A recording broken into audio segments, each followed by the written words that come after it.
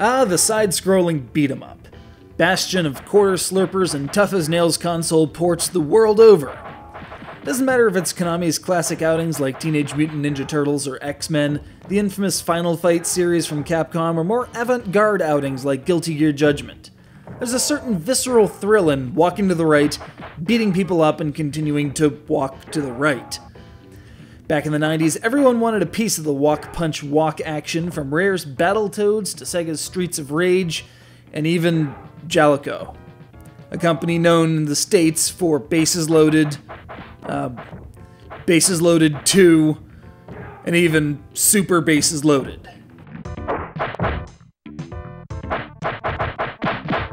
I kid. They also published Battle Unit Zeoth.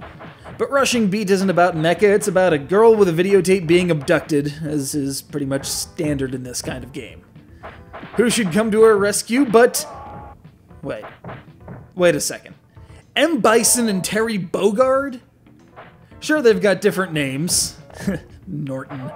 But I defy you to look at this cover art and tell me, to my face, or to your computer screen if you must, that these are not, in fact, M-bleeding Raul Julia Bison and Terry, are you okay, Bogard. They're right there!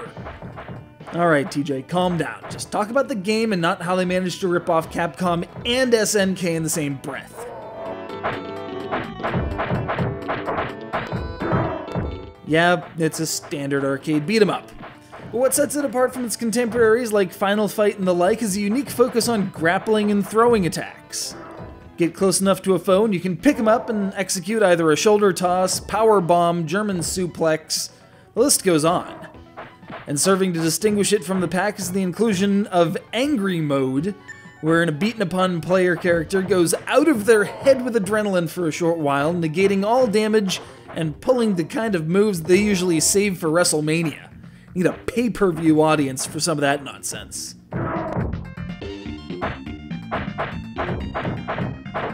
Anyway, you fight through 6 stages of mass-produced clone army foes, from the back alleys to the jungle to a stadium and whatnot, until you win. That's pretty much the size of the game in a nutshell. Aside from the fairly interesting grappling techniques, there's not much here that hasn't been done better elsewhere.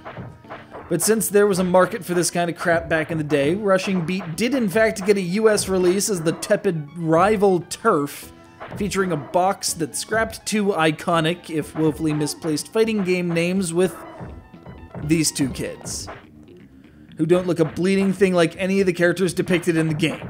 They look like they just crawled out of an after-school special, they do.